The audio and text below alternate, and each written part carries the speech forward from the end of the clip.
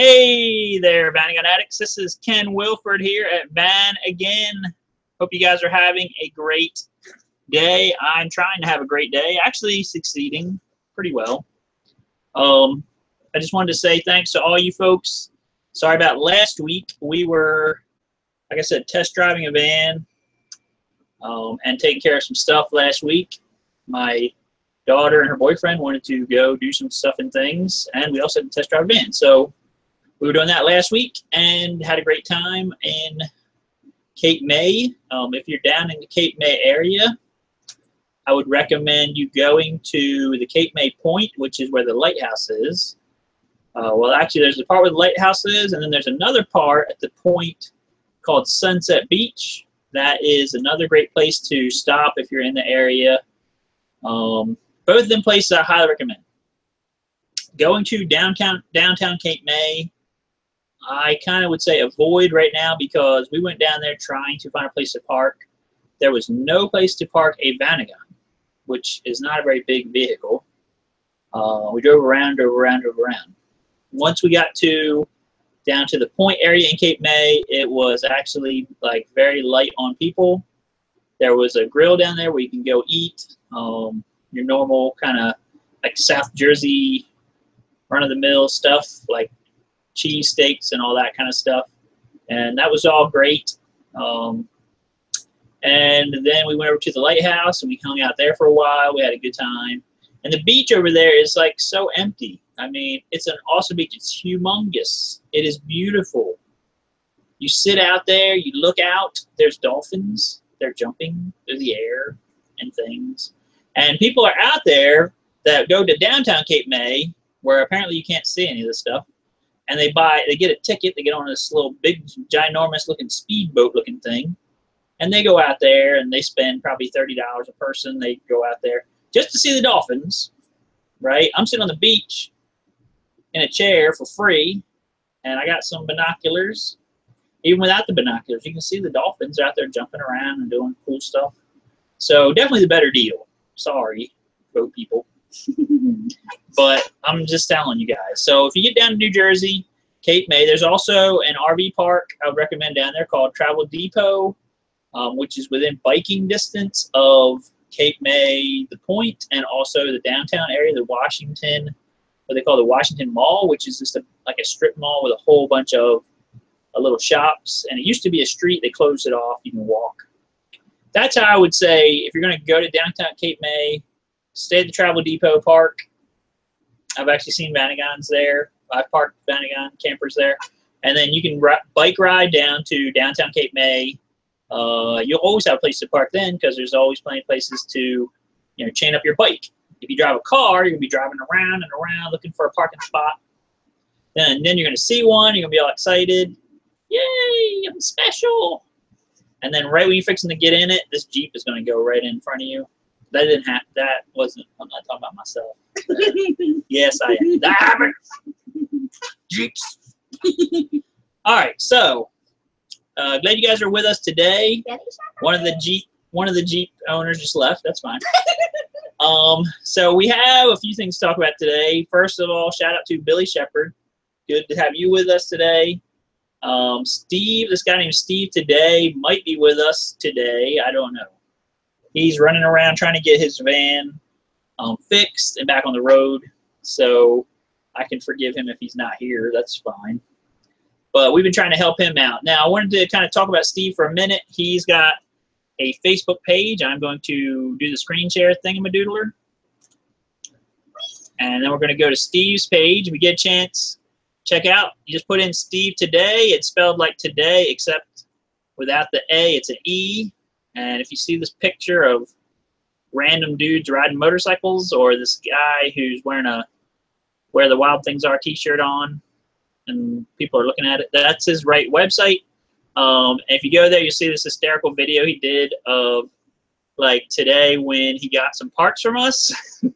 He was super excited and screaming and hollering and everything else. So I'm not going to play that on here, but check out Steve's thing. He travels around in his Vanagon all over the country. Right now he is in North Carolina visiting a friend of his that's apparently a mechanic that works for NASCAR. So that's pretty cool. And of course, any NASCAR garage wouldn't be complete without a Vanagon. So there you go. Because, you know, when NASCAR drivers aren't driving NASCAR, they're driving Vanagons, right? That's how you balance out your life. So check out Steve's Facebook page, like him and follow him, and I'm sure that'll be entertaining for all y'all. The other thing I wanted to talk about that way is, and this is a friend of Billy Shepherd's too, by the way. So thanks, Billy, for that. Now we're going to talk about the elephant in the room, right? The elephant in the room this week is Volkswagen Microbus concept, okay? I don't know if you guys ever see these Volkswagen Microbus concept deals. There was yet another one at the latest Detroit Motor Show this year. I have gotten to the point where I am completely desensitized to them. I pretend they do not exist because, guess what? You get all excited, you get happy, and then nothing happens. So that's a good way to, it's called the cry wolf syndrome. So as far as I'm concerned, that's what Volkswagen's been doing for like the last, I don't know, 15 years or so. Coming out with these really cool looking concepts, getting people psyched, and then never mentioning them again. Okay.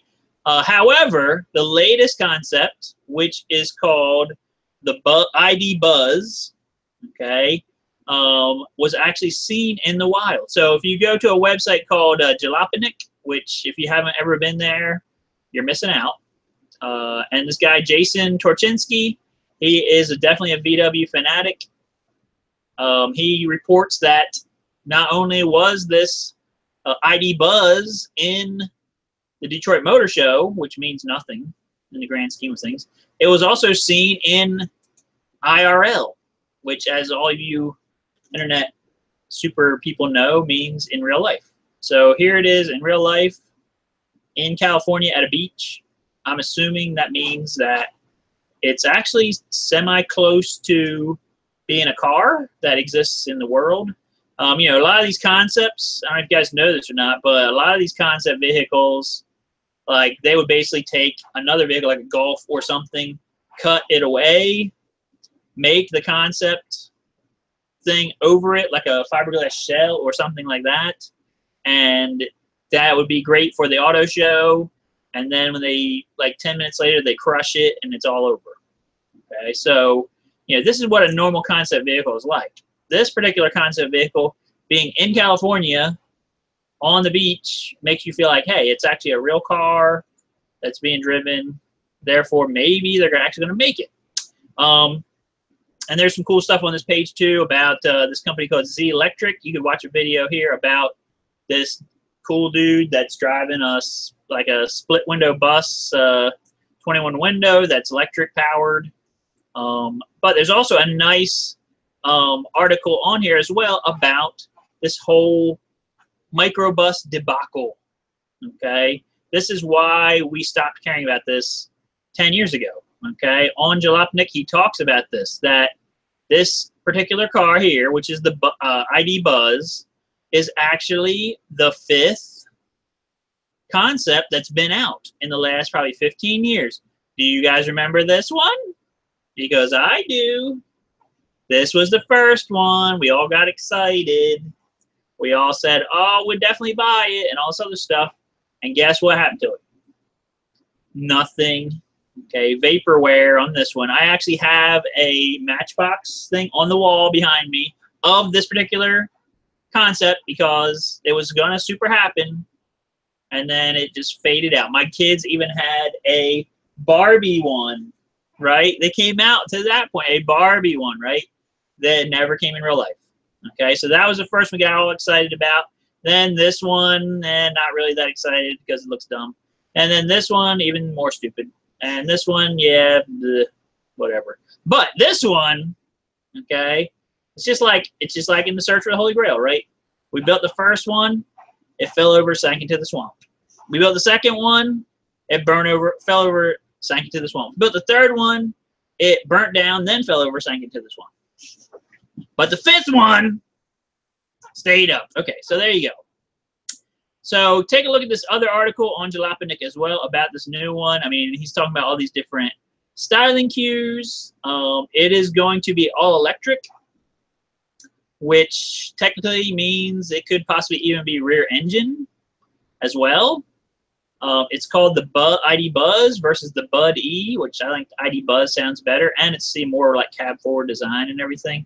So, yep, pretty cool.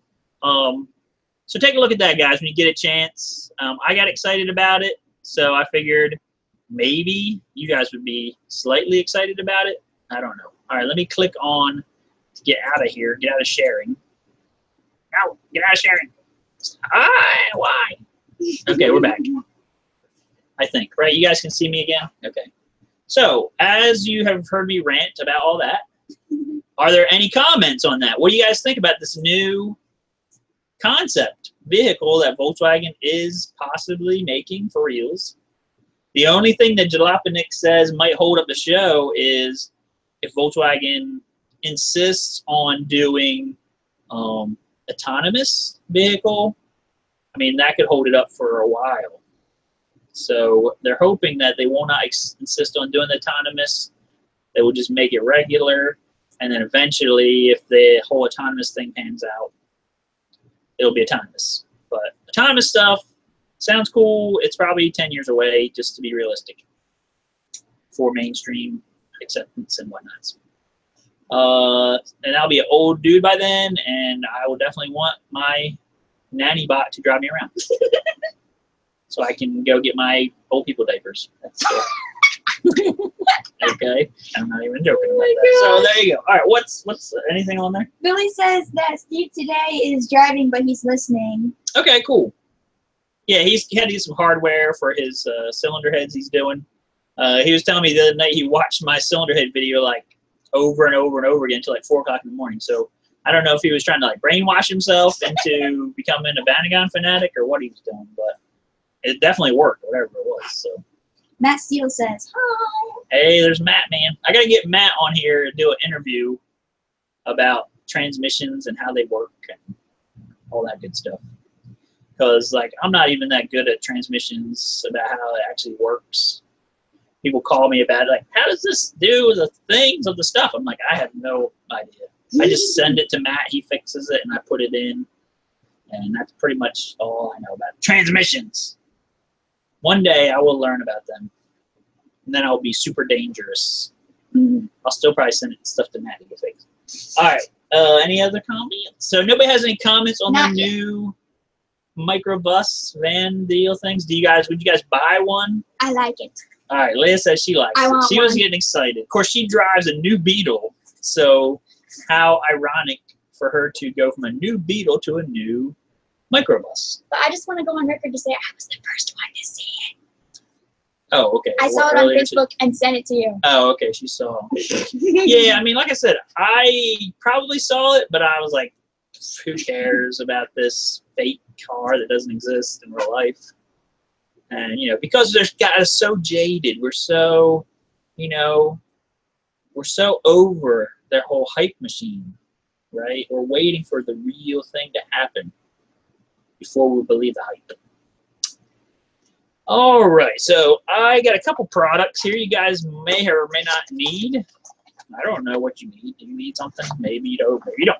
All right, one of the things that we got is these brand new back. These are for your rear heaters, okay? It's the valve for that. And the crazy part is, like, for months and months and years, they weren't made. People harassed me about these. People fashioned them out of metal pieces and cobbled them together from parts from Home Depot and all this crazy stuff because we have to have a back heater. It's not an option. We can't bypass it or nothing. Like, I live in Alaska, and every day my butt is frozen, and I need a back heater to shoot in my rump and warm it up on the way to work.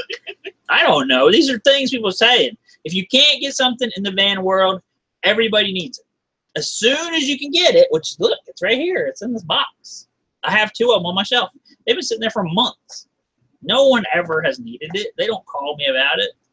Why? Because it's right here, right now. Now, if I took this box and threw it in the trash and the other one, 10 minutes later, everybody would come, I need a back heater valve thing. That's the way it works. Maybe I should do that, and then I'll go fishing out of the trash. Be like, Slate, there they are. All right, so if you need some of these, I got these. They come with this weird O-ring also that's on it. And you would definitely, if you haven't looked at your rear heater core, you should definitely look at it. Okay? They leak. And if you turn it on, it smells like coolant. It's leaking. If it hasn't ever been replaced, it's definitely leaking. And sometimes it'll leak and seep under your carpet. You'll see all these weird colors coming out. That's not Pocahontas under there with the colors of the wind or anything. That is antifreeze leaking from your back heater thing, and it's not good. So take a look at that. If you need those core valves, you can check that out.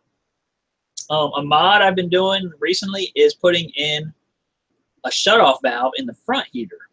Okay, now the front heater has a valve under kind of like where the spare tire is. You look up and you can see it, and it has that corny cable thing you slide over, and that cable always gets bent and ruined and everything. But I'm talking about you get like a for real brass valve that I got from Home Depot, and you cut one of the hoses and you put this valve in there, and you can turn the heat completely off for the front heater.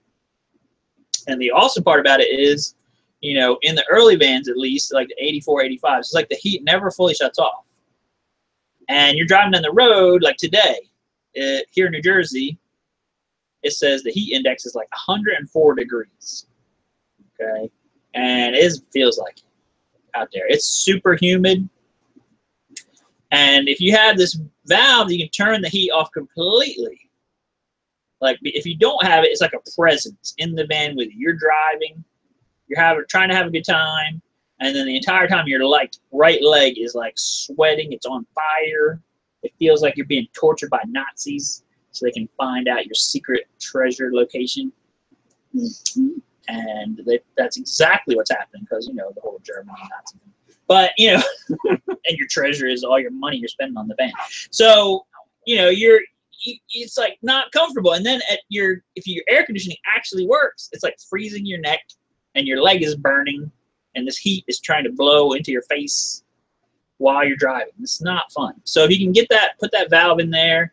I may do a video on that. It helps a lot. I had one that used to be like that, and we put that valve in and we drove it to Cape May last week. That was that brown one, and it was a pleasure to drive it, even in the heat, without the air conditioning turned on. It felt fine. If I had that hot leg thing happening without the AC, I would have been sweating like a pig. So that's definitely something to look into. I may do a video on that in the future. All right, do we have any comments or about the Volkswagen microbus concept? I'm trying to get a conversation started on that, but no one is rising to the occasion. Like, we don't care about it. They burned us out with all their concepts. And I agree with you. I got a little excited today on that. Huh. So, Steve, said, question, the rear inside wheel well, there's a hole near the bottom for a drainage. Does anyone have these one-way plugs? I have no idea. So there's a plug. Is it on the inside going to the outside? The rear inside wheel well, there's a hole. There's a hole. Okay, I know what you're talking about. Near the bottom. So, no one's ever asked about it, Steve. I would think you could probably buy some plugs at Home Depot or something, that as long as you had the right size. You know, I think I know what you're talking about. It's just a plug in the body right there. And maybe it's supposed to allow water to drip out if you have a leak in your heater core. Because, like, sometimes that'll leak and then it'll drip out on the sides instead of the middle. There's no place for it to go in the middle, I guess. It drips out underneath on the sides. But I would go to Home Depot, look around. If you can't find anything, I can try to look it up for you on the EDCA and see if we can at least find out what the size is. So much millimeters or something.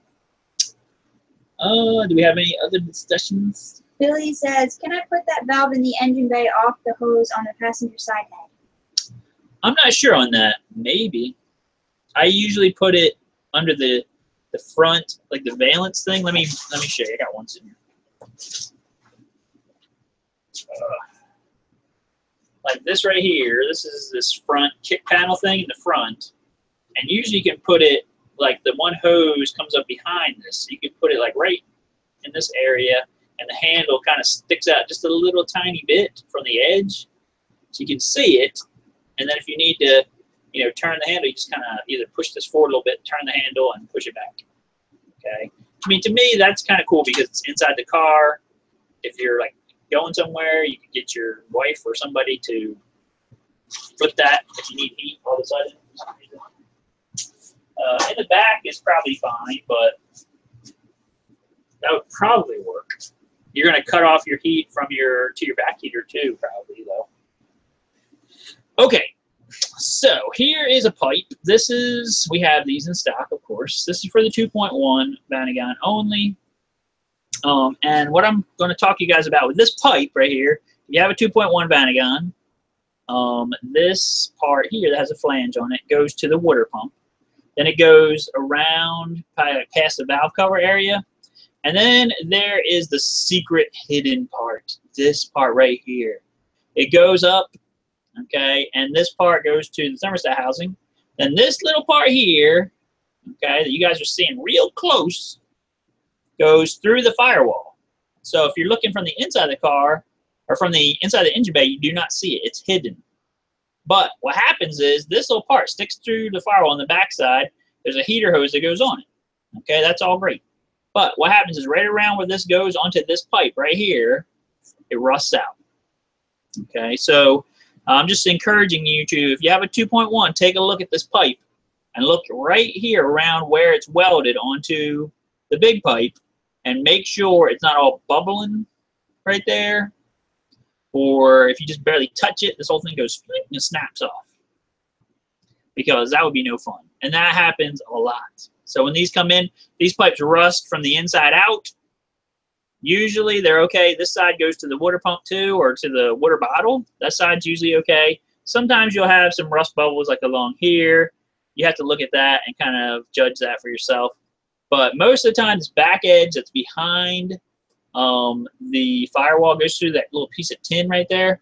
That will rust right along here, and then you can be driving along, everything's great, and all of a sudden, tink, it comes off and leaks everywhere. So inspect this pipe. We have it on our store, and hopefully that'll help you guys not have a water leak or breakdown. Like I said, it's only on the 2.1, so if you have a 1.9, completely ignore this. I know all you 1.9 people are like, where's that pipe? I don't see it. It's because you don't have it. That's a good reason. Okay. All right, another 2.1 deal you got to be aware of. Another little sneaky problem is this piece. This is a coolant distributor, what I call a coolant distributor. These are only on the 2-wheel drive vans. This particular one is, I think, 89 and newer. So if you have an 89 to 90, you have this one. The problem with these is, again, these are hidden behind the firewall. These are on the passenger side. Okay, and what can happen with these? Okay, you can see it's like an L. Okay, it's an L shape. This side over here, okay, it is a plastic cap that's glued, like super glued or some kind of glue into this tube right here. And then on the top, it also has a plastic cap that's glued into this. Okay, and what happens is over time the glue and stuff breaks down. This thing's hidden behind the firewall. You can't see it unless you look in the passenger side rear wheel well with a flashlight. You can kind of see it from the side. And then this cap right here will, one day it'll just go, poof, it'll pop out like a cork popping out of a bottle. You will lose all your antifreeze in like about a minute or less, 30 seconds to a minute. And so, you know, if you have this and you've never replaced it, I would recommend you replacing it. Okay, we have them on the site. Again, now the earlier ones for the 2.1 are similar, except they don't have this extra cap on this side. They're actually more like just a straight line, okay, and they have a cap at the top. So even that can come off. Most of the time, for whatever reason, I've seen the side ones come off. Okay, so 89 to 91, if you have one of those and you've never checked this thing out, I would check this out. because this thing will fail on you at some point, and then you will be sad and cry and call me on the phone. Hey, why did this happen? I don't understand. And so I'm just warning you ahead of time. Don't cry like that. That's crying like a lady. All right. And you're a strong man. All right. Billy says, I'm thinking the back because if the hose blows, I live in Arizona, no need for a rear heater. Yeah, I mean, true. I understand what you're saying, Billy. And, you know, it would probably work back there. That would cut off your front end back here. Shouldn't be a problem. All right, another problem people have that they don't maybe know about that they actually have is noises. When you're driving down the road, you have wind noises. And you got the window wound up. You got everything closed, vent wings closed, everything's shut. And yet you're hearing this whistling noise. And you're trying to talk to the other person. You're trying to listen to your AM talk radio, apparently. I don't even want to talk about that. And you're listening to something. You're sitting listening to VanAgain podcast thingamadoodler on your whatever Steve's listening to that on. And you're hearing all these things. Whoa, you know. And some people are like, that's just normal. This car has a big square front on it, and it's all wind resistance and whatnot. So noises are going to happen. Not true. Okay. The Vanagon can be really quiet in the front. The motor and all the noise crap is in the back. Okay. And so it can be real quiet. Usually what's going on, there's this seal right here. Okay. When you crank your window all the way up, it's kind of long, so I'm having a hard time showing it. And this isn't actually its real shape. Okay. Here's what it really looks like. Oh, I'm so strong.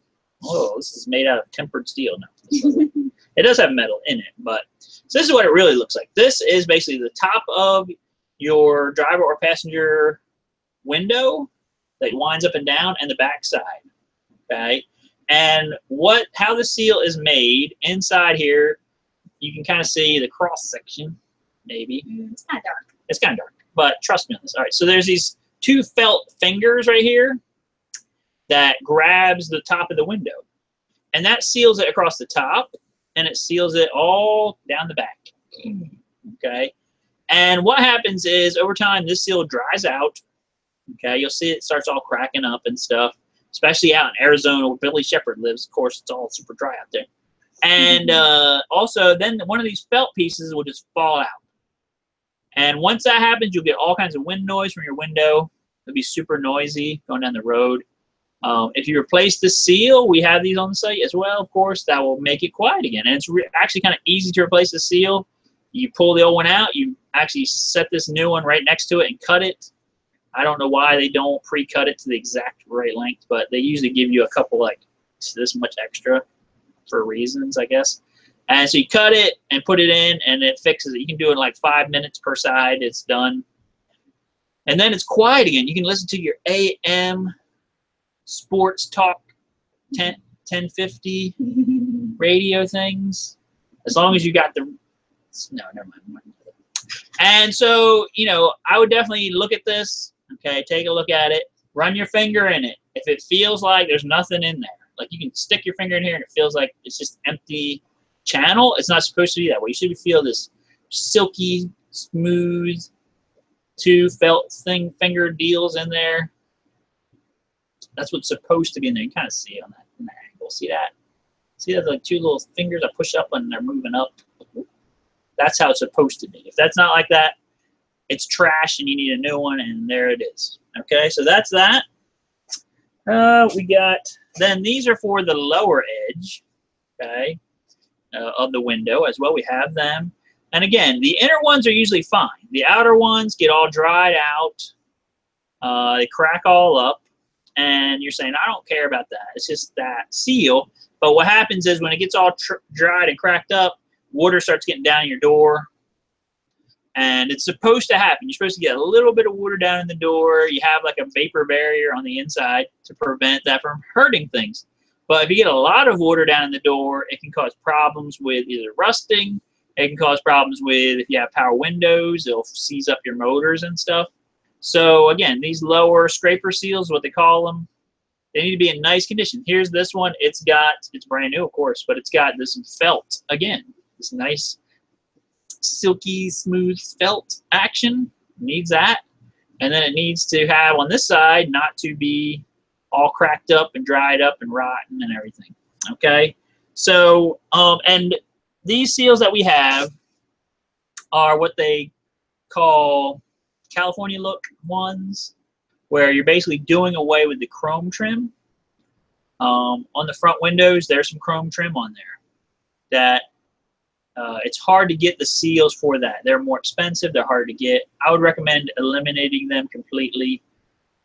And there's actually some videos out there, like Go Westy has a video showing you how to cut the chrome trim and still leave the little piece around the vent wing if you want to not change your vent wing seal at the same time as doing these other ones.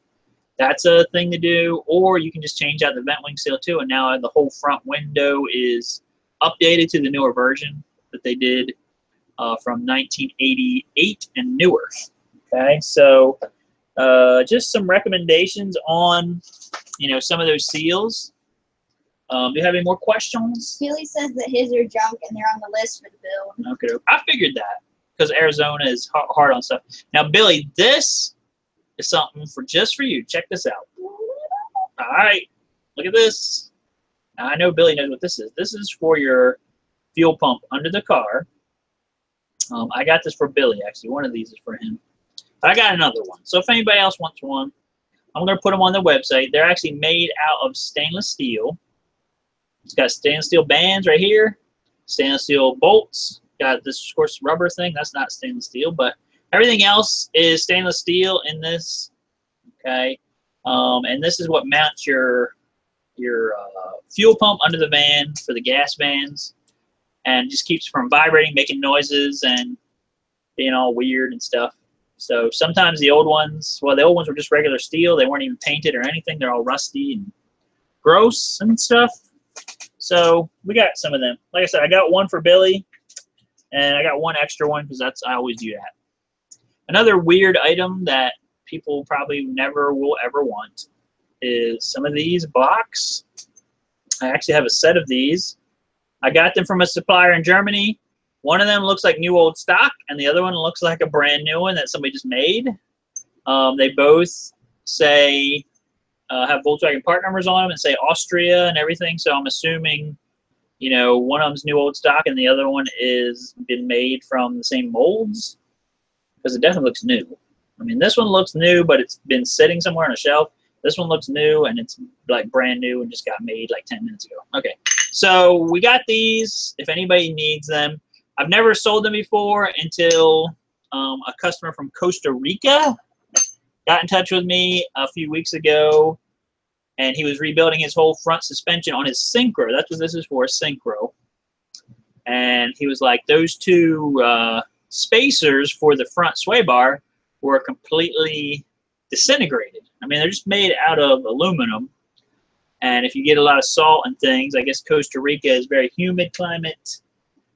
Salty because you're on the beach and you're hanging out. I mean, that's Costa Rica, right? You're going there to go to the beach, go surfing. I've heard their roads are pretty much horrible disaster garbage. So, he was redoing all his front end stuff, which was great, but then he needed those. So I sold him a pair that we actually had that were, oh my gosh. I'm having a fight with an empty box.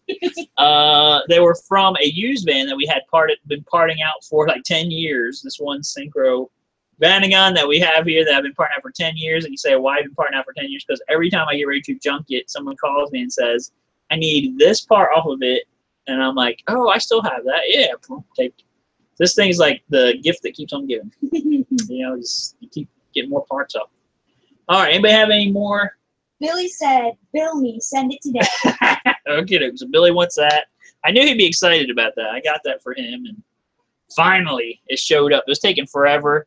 The stupid Germany company over there too. These guys, man. I tell you what, they're getting better over there, but they still have this whole situation about you deal with us, we are special, and all this stuff. And like these people, I sent them an order for like $1,200 worth of stuff. And they would not respond. They got the order, would not respond. I'm like, all right, I'm going to call them on the phone. Hey, this is Ken Wilford. I want to know about this order. What? Slow down. I cannot understand your slang language that you are saying. You are so much of a terrible English speaker than me. And also, I'm like, whatever. Like, I have order. What? I do not understand your slang. You're so talking so fast. I don't understand it. All right, whatever. So I had to call them like 3 times. I had to call Germany 3 times. I called Germany once time to say, did you get the order? Yes. Yes, we got it. Stupid American man. Then I'm like, did you? Then I waited like a whole week. Then I called him again. I'm like, where are you going to bill me and ship the order? Yes, American dummy. We will do that. Next day I got the thing. Then for like a whole week after that, I never got a tracking number or anything. I sent them 3 emails. Finally, I called on the phone. Did not get anyone. Got the voicemail. Left a message. Are you sending this? I still talk real slow. The next day, it just showed up. So, you know, guys, I know some of you guys look online and you're like, oh, Germany, I can buy things. I don't need Ken with his stupid face buying things for me. I can just buy my own things. But I'm telling you guys, it is a pain in the butt. These guys sometimes, they just don't care. And if I deal with it, then it's me. If you have to deal with it, you're going to have frustrations. So, all right. You got anything else that we're... Not yet.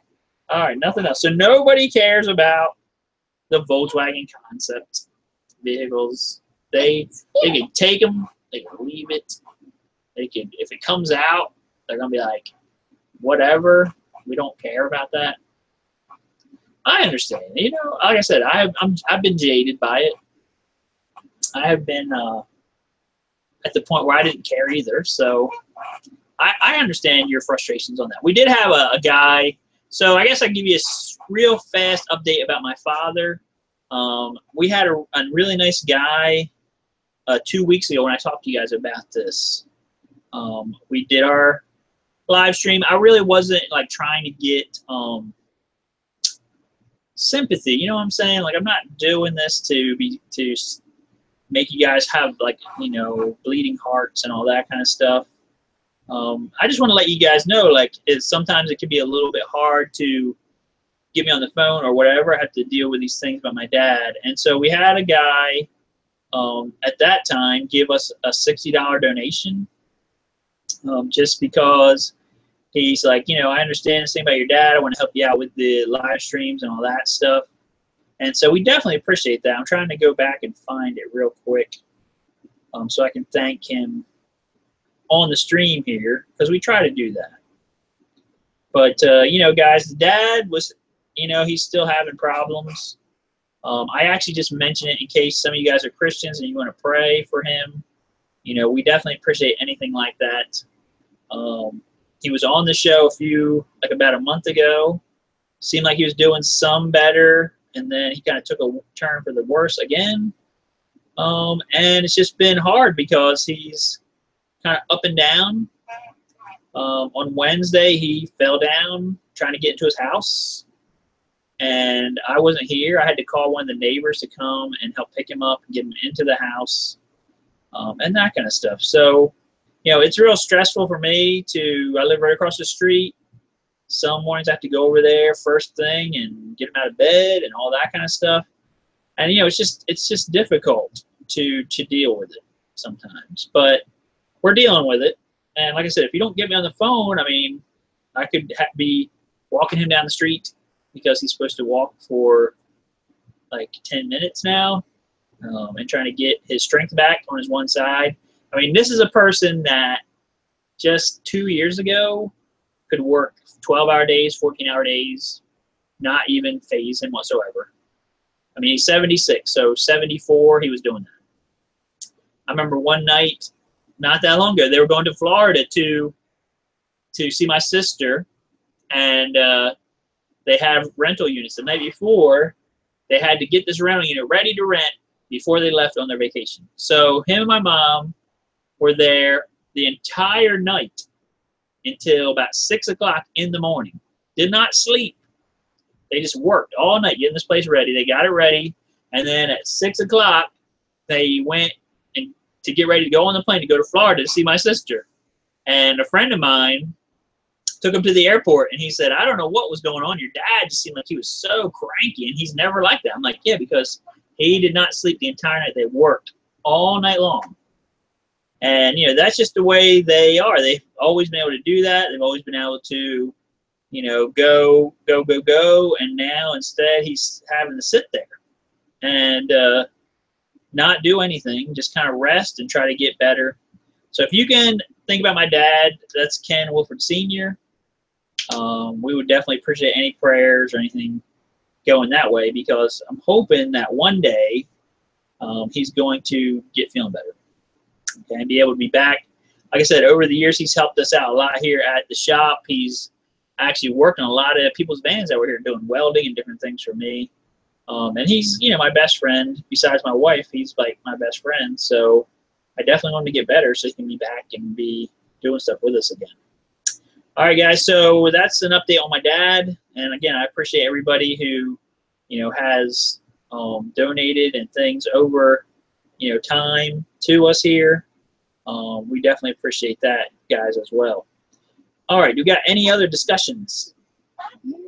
Or maybe you guys have something you guys want to discuss. I mean, that's something I always try to encourage too, right? If you guys have something you want to discuss that way, please chime in. Let me know. I'm just getting a gas tank sent to me right now. Okay. I'm kind of disappointed that microbus, like the whole neon, the neon emblem and the neon like striping on the side and like the cool little headlights and whatever. It's like, this is just for show. Like, yeah, it's just part of the whole, you know, car show deal. I mean, they call it a car show, right? Yeah. So it's like a regular TV show where you have like sets and props and everything. I mean, some of it's meant to be get real, and some of it's just ideas. You know, I don't know if you guys know the Batmobile from the '60s Batman show was based on the Ford Futura, which was a car that was just a concept car for the Detroit Motor Show. So it never saw the light of day. They did have some copies of it that they made for the Ford Motor Show, and they actually turned one of them into the Batmobile. So there you go. So it lives on in that way, but it never actually became a real car that people drive. I can't wait for that microbus to come out. I want to save up for it and get it. I mean, I feel like the electric thing is the future of even the Vanagon. Okay, I've took you guys to a few sites in the past where they're actually electrifying Vanagons. I mean, I feel like eventually that's where we're going to be at. Okay, because, you know, even the motors and things, I think the Vanagon, the bus, the split window bus, you know, people are always going to want those because of, you know, the split window bus, the bus, it's their icons of the era. The Vanagon is more like the drivable version of both of them. Okay, I don't know if you guys ever owned a split window bus or a bus, but they're not the best driving things ever out there. The Vanagon is like a light years ahead of both of them in drivability. So it's like a pleasure to drive it versus a bus where you're like indooring it and it's like a test of wheels. Can I make it here without like just pulling over and screaming off because this thing is driving me crazy? Billy says, I'll send you pics of my new stainless expansion tanks. Oh, cool. Did you build that yourself? No, he bought that probably. Sounds fancy. I know Van Cafe, I think, sells them. I mean, the only problem I have with them is that the tank sometimes like your weakest link in the system, and it can fail, and it's not really that big of a deal. So if you put the stainless one in, it's like, okay, now what's the next weakest link? If there's a problem, is it going to be something else? So that's the only thing. But, I mean, they're cool. I'm not going to blame it. Hey! What do we got? So first, SD Steve said, at the moment, I don't think we are ready for electric vehicles. Most electricity is generated via coal or fuel still. And then Steve today commented and said, hey, Ken, I'm in the shop now, listening while working on the heads. Thanks again. Okay, no problem, Steve. So we were waiting for you to come on here. Your video was very entertaining. Yeah, my daughter watched that earlier. My wife saw it too. I've actually watched it like 3 different times because I watched it, then you watched it, then she watched it. Yeah, so it's pretty cool. Yeah, I mean, the electric thing, again, like you're saying, right now, electric is being generated by, kind of dirty, coal burning plants some places. Remember, we went out west, we saw so many wind turbines, it was ridiculous. But we also saw a ton of oil pumps in people's yards and people's cornfields everywhere. Then we went past, I think it was Montana, and we saw this humongous train that went on for seemingly forever of coal cars lined up to go to a power plant there. So, there's definitely some dirty power generation going on still.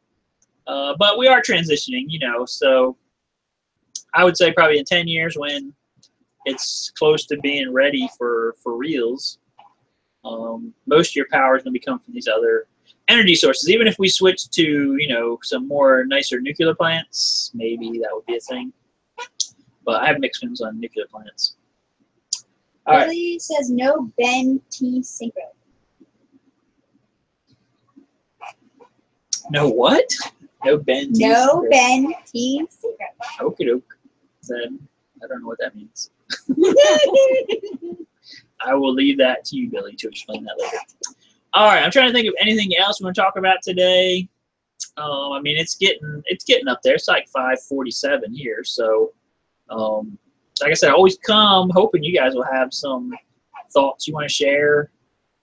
If you go, like I said, through the week, if something comes into your brain and you say, hey, I want to know something, definitely, talk to me about it or put it in the comments and we can talk about it at the next live stream. I mean, one minor thing I'll talk about. All right, since nobody's come up with nothing, I gotta find something. Billy says all of Steve's videos are a riot. Friend him. Yeah, I did already, actually. Or I followed him on there. I had a guy call me today.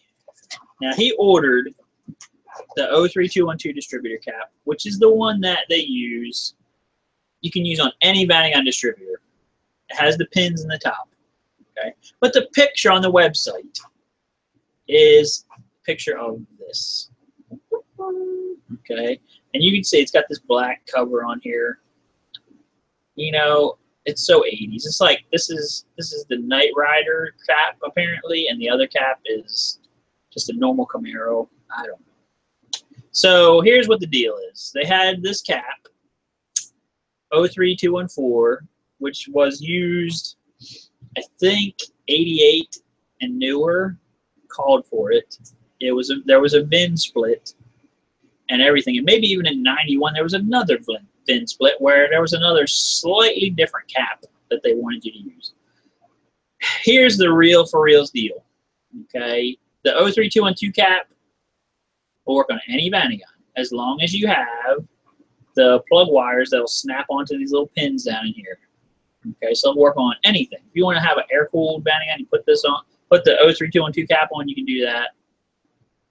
The only thing this black cover does on this cap is shield against AM radio interference. Okay, so I talk to people about this all the time. Like, I need this particular cap. It needs to have this black cover on it. It costs like $5 more than the regular one, and it's a little bit harder to get, but I need that particular one. I'm like, why do you need that? Because mine has this black cover thing on there, and I need that on there. I'm like, do you even know what that is? No, it's this black thing, and I need it to be on there. Okay? Well, number one, it can come off. Okay? If you're that psychotic about it, there's these two little tabs. You can take this black deal off, slide it onto your 03212 cap. It's super easy to get. And guess what? Now this is the fancy Knight Rider one. Okay? And like I said, all this does is shields against AM radio interference. So, how many people out there listen to AM radio? Raise your hand. I'm looking. I don't see anybody raising their hand right now. Maybe I'm wrong. I don't know. Billy, do you listen to AM radio? I'm 42 years old. Or 3. I don't know. Something. Whatever. I think it's 3. I think it's 3 now, actually. 43 years old. listened to AM radio one time because a customer listened to it all the time, and he was getting radio interference, and we fixed it by putting one of these on with this thing on here. Okay? But besides that, never, for any reason. You know, if I listen to the radio, I want to actually be able to hear what people are saying, or I want to hear music. I don't want to hear, yeah, you know, who wants to hear that? I don't want to hear that. I don't even listen to regular radio. I listen to my phone streams to my radio thing. And that's Steve today says, I do. All right, I'm sorry, Steve. I'll send you one of these caps and then make you happy inside. And this other person says they're 52 and they do too. Do they listen to AM radio? All right. See, now I'm going to lose everybody. They're all going to unfriend me. Like, I love AM radio. It's the best. Okay. But, you know, I'm sorry, guys. If you have AM radio, you need one of them shield things. If you don't have it, you don't really need it. It's not going to do anything else. I had a long conversation with somebody about this today, so that's why I'm bringing it up. And I tried to convince him that he didn't need it. I asked him, like, do you listen to AM radio? No. I'm like, so why do you need this? Because I need it. Like, okay, whatever. I'm still working on the South African Grill inner lights. I still have them sitting here. We've been trying to finish a couple of vans, which we did finish one, got it out of here. Trying to finish another one, get that out of here, and then we can get onto some of our other little project things we're doing. So there have been a few questions. Okay, questions. Yay! We're at 8 minutes. We got 8 minutes. Nandor signed frames, which I think his name is actually Pete because that's what he signed as. Okay. Hi, I'm looking at putting a supercharger from a Golf onto my Vanagon. Okay. Do you see any problems such as blowing seals? Yes, you will have many problems. Okay. I mean, I've thought about doing this before myself. The big problem with doing anything like that, putting a turbo on a Vanagon, put a supercharger on a Vanagon, it's not really made for that. Like the motors, if you have a motor that's made for a supercharger or a turbocharger, you know, they will do different things. Like they will lower the compression, okay, of the motor. They will have oil squirters that are squirting like on the bottom of the piston. They will maybe use some titanium parts inside the motor to make sure that the motor is going to like hold together and not blow apart. And so when you put you know, just bolting on a supercharger or something like that, I mean, it'll work. You'll get more horsepower. It'll be maybe more exciting. Like supercharger is great because you don't have any lag or anything. The problem is that it's not going to last. So that's the only downside. If you don't care about it not lasting, then go for it. Steve Ritter was saying, I have a fridge in my van, Norcold DE0041, really? Mounted to my front passenger seat. Okay. It's been running for 3 months now on solar and 2 batteries in my bank. Solar needs to be the future for electricity. If we're talking about electric fuel for the future, the fridge is huge. Okay. Yeah, I mean, I really like solar too, just because it's, you know, relatively free. I mean, the only downside to solar and some of these other, there's always a cost for something. So solar, some of how to make the panels, they actually, you know, use energy to make the panels. They use some special minerals to make the panels that maybe are like harder to get. So you have what they call, you know, a payoff, where the amount of energy that goes into making the solar panels, there's actually so many years that has to go by of using them and getting energy out of them before you reach that, you know, payoff. And then anything over that, you're actually making energy. So I think the payoff for solar panels is usually about 5 years. Okay. It used to be way longer. So you would have 10 years or so before you actually reached your payoff.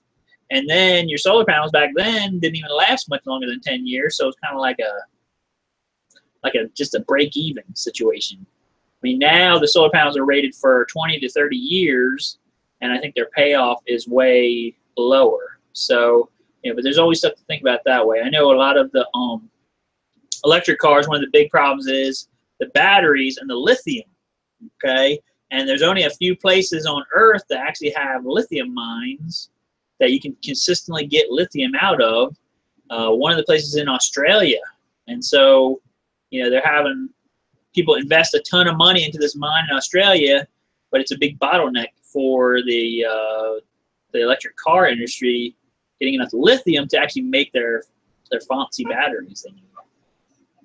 Billy, in regards to the radio, said Billy was smart enough to buy a Sirius Radio lifetime subscription almost 20 years ago. Sweet. You know, I have stock in that company too. Bam. So thanks for that, Billy, because that made my stock go up. And then that guy Pete said, "Don't wreck my dreams, Ken." Don't wreck his dreams. Okay, I'm sorry about the solar. The solar thing's cool, you know, and eventually they keep refining it. They keep making it better. The payoff gets lower, like I said. So, you know, the only times that it cracks me up is when people call me. I had one guy call me and said, "I want to put solar panels on my roof of my van, and then I want to drive, you know, have batteries and stuff.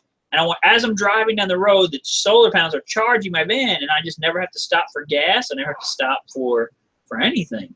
And, you know, the problem is that's right now we're not there. You know, if you ever see one of those solar races, I don't know if you ever saw them before, and they've been doing them for a while. They do them in Australia where you have tons of light, and basically the solar racer thing looks like a fancy bicycle, right? And there's a person in there, and they're driving it, and I guess maybe if they don't have enough solar energy, they can pedal it or something. And they have this solar race every year, and you know it's been getting better and better. But you know we're not there yet with the solar. We're getting there, and I definitely encourage it. It'll be, you know, and some people are, like I said, they're switching to the electric refrigerators. They're using solar panels and things, and that's cool. I like that. Billy says, with a turbo, how do you pump the extra vacuum out of the crankcase? I have no idea. You know, I've heard of people doing it. I've talked to some people that said they have done it, but I've never actually done it myself. Usually they'll have a big return thing, like you're saying, to the crank. I always thought that was just for making sure the turbo, you know, got oil so it wouldn't burn up, and then also returning it real fast. But maybe it has to do also with crankcase pressure. That's a good question. I don't know. I'm not a turbo expert. So, because no Vanagons ever had turbos on them normally, except for the turbo diesel Vanagons, which we never got here. They were all over in Europe and stuff. So, thankfully, I've never had to work on many of those. Oh, yeah. Anything else? We've got 2 whole minutes left. I know you guys. You know, we'll probably get a big influx of questions right at the very last second. Yeah, everybody thinks I was saying 5 p.m. Central Time. I don't know. And then they're going to clock in at 6 o'clock. But I definitely appreciate you guys. You guys have been great this summer. Our sales have went up a lot. Number one, Billy Shepard, because he bought everything. So he made my sales go up 100% all by himself. Then we've got, you know, these other guys. And you guys watch the videos. They're buying all kinds of things. Oh, one thing I did want to mention. So some of you guys bought the round LED headlights. Okay. Do not power wash them. Please. That happened. And I usually actually do not recommend power washing your van at all, because you can cause issues and problems that way. But this guy power washed the front of his van, which is fine. It's his van. He can do anything he wants to it. And he power washed it and power washed on those headlights. And yeah, one of them got water inside. So I had to replace it this week, which we did. But please don't power wash them. I don't know. Some of them might be fine with it, and some of them might not be fine with it. So beware the power wash. Okay, so just mentioning that. But you guys have been great. You've been buying tons and tons of stuff. That's been the biggest help ever. You know, I love the donations. If you guys want to donate, there's a link in the thing for that. Please like us. Please subscribe. Give us a thumbs up on the video. That helps us also. But again, like I said, the YouTube thing is never going to pay for itself. It's always going to be like, you made $16 this month. You know, whoopity-ding-dang. But if you guys are buying stuff from me, if you're calling me when you need stuff, that keeps us out there, and you guys are definitely doing that. We've sold more stuff on our website this year up to this point than we did all of last year, all the way to the end of December. Okay, we're actually above that by quite a bit, and I know a lot of it is because of the YouTube people. So, you know, thank you guys a lot. You're part of that success, and also we try to treat you guys nice too. So, you know, it's a win-win for everybody. You guys treat us nice, we treat you nice. We help each other out. Some of you guys give me ideas. Some of you guys give me hints and things. I have one particular customer who has been on the stream before who, you know, emails or texts me these ideas he has all the time. He's in the marine world, and he's like, we're usually working on yachts and whatnot. They'll think, hey, let's take this yacht thing and put it in a Vanagon and do that. I mean, that's awesome. I love stuff like that. So, you know, any ideas, tips you guys have for me, I'm always willing to check into it to learn some new stuff, and then we can share it with everybody. Steve today says, thank you. All right, Steve. We're wishing you the best with your motor, and hopefully you guys will be able to get more miles per gallon with your van, get to enjoy it. I hope some of you guys are traveling to see the eclipse, okay? Remember, it's always brightest before the dawn, except in an eclipse. And I hope you guys have a great weekend, and thanks for coming. Thanks for viewing us today and being with us today. And you guys that are watching us tomorrow morning, Saturday morning, with your cartoons, hope you enjoy us, and, you know, knowing is half the battle. All right, peace out, guys. Have a great weekend. Thanks for stopping by, and we'll see you guys again next week at 5. Bye. Bye.